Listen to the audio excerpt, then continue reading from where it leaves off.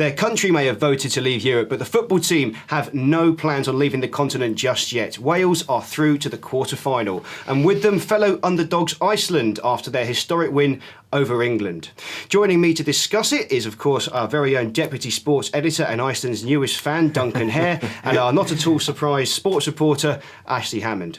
Gentlemen, at the start of this tournament, we talked about Wales and Iceland and how that they were underdogs, and here we are now talking about them in the quarter-finals. Do they deserve to be there? Undoubtedly deserve their place there. They say in league football that the table doesn't lie. I think in tournament football, it can sometimes lie. Look at Portugal. I don't think they really deserve to be this far. We'll talk about that in a minute. But you can't argue with the fact that the spirit and the determination, the plucky underdogness of Iceland and Wales has just been supreme. It's been fantastic. It's been an amazing journey for both teams to watch. Undoubtedly deserve their place. And I could see one of the two going forward even further. So they've both shown such spirit and they've been such positive influences on the tournament.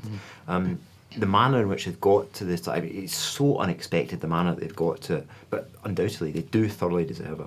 So against the likes of Belgium and France, who here has got the fear factor? Is it going to be Iceland and Wales or Belgium and France? Who here needs to be really looking over their shoulders? They both will take them very, very seriously. Didier Deschamps and Mark Wilmots will both be telling their players right now from the get-go, do not underestimate this opposition in the slightest. I think it's going to be a bridge too far for both Iceland and Wales, but the way the tournament has gone so far, you can never tell. Right from the start, I fancied Belgium. They had a very poor start to the competition against Italy, but they have so many talented players. There are still there's question marks about every single team in this tournament. There's not a single team that's run away with it, but in certain areas, I think Belgium have real quality. I think it's not a bridge too far for Iceland. If you look at how France played against the Republic of Ireland, they weren't that convincing, and France weren't that convincing in the group stages. I'm not 100% convinced by France. They didn't do enough against Ireland, although they did turn it around 2-1. I think out of the two, I'd back Iceland to pull off another shock over France rather than perhaps Belgium messing up against Wales. I can see Belgium going forward now. Where I think France might have the advantage is I think they'll be able to play those two banks of four a lot better than what England did. There's more creativity in the wider areas, and I think they will see more of the ball in the midfield to get it to them in the first place. Possibly, but I still think Iceland have got another trick up their sleeve. I mean, it's fascinating that we're even asking this question in the first place. Could Iceland, who've beaten England in the last 16, actually upset France in the quarter-finals? You would never have thought before the start of this tournament we'd even be pondering this question. And tournament football's all about momentum. It's not necessarily, a large percentage of it is momentum and it is spirit and it is the feeling you get coming off of a couple of games. Iceland have got that. I'm not sure France have got that in the same degree, even though they're at home. In the end, I think the quality will tell, but it'd be fascinating. We thought that against England, that the quality would tell, but it didn't. Very true. Now, the first quarter-final this Thursday sees Poland up against Portugal, and I think we've got to be honest here. Portugal have been a bit underwhelming. It took them 117 minutes to score against Switzerland with their only shot at the game. They have been quite lucky, and they're going up against the Poland side that do look quite well drilled. Do you think Portugal's luck is about to run out? Yes, in a word. I don't think anyone's been impressed with Portugal in the slightest. They've managed to get to this stage of the competition without actually winning a football match within 90 minutes, of course. They organised the words with Poland in the defence and the midfield areas. They look quite assured. Lewandowski's not scored a goal in the competition, yet Poland have managed to get this far through. I like Krychowiak, the boy at Sevilla, has impressed me any time I've seen him. He's a talented midfield player. I think he can help take Poland further on. I think Poland would be a good dark horse shout at this stage of the competition.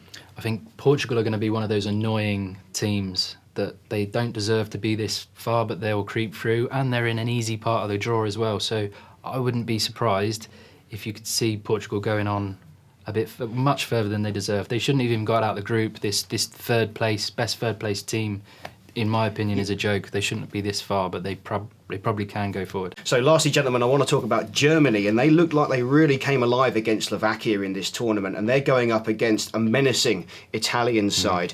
Do you think it's safe to say that Germany might now be the favourites in this tournament? I think that title has slipped slightly. I think I quite fancy Italy after what Italy managed to do against Spain. As we were saying, every team in this tournament has had an off day. Germany drew against Poland. Italy lost their first game. Italy lost against Ireland. Everyone's had a good and a bad day. Can we outright say that Germany are still the favourites? I'm not sure we can. I don't think there's any favourites in this tournament, which is what makes it so interesting going forward now. I think looking at the Germany-Italy match, I think it would be right to say that the favourites to win the competition may come from this match, just in terms of performances in the tournament and then also on reputations as well, past history. The Italians look so assured defensively. Unlike England, who didn't have a formation to actually work with the players they've got, the Italians know they don't have anyone special up front, so they play a 3-5-2 and they count on their defence. They know that the strength is the back line, and that's what they do. They keep it solid at the back, get it wide, and then try to get into the forward areas, and otherwise just defend the lead that they get. Germany have never beaten Italy in tournament football.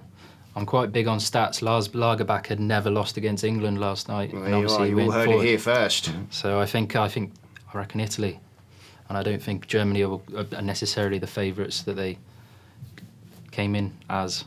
Thank you very much, gentlemen. The quarterfinals begin on Thursday and they run through to Sunday, with each match kicking off at 11 p.m.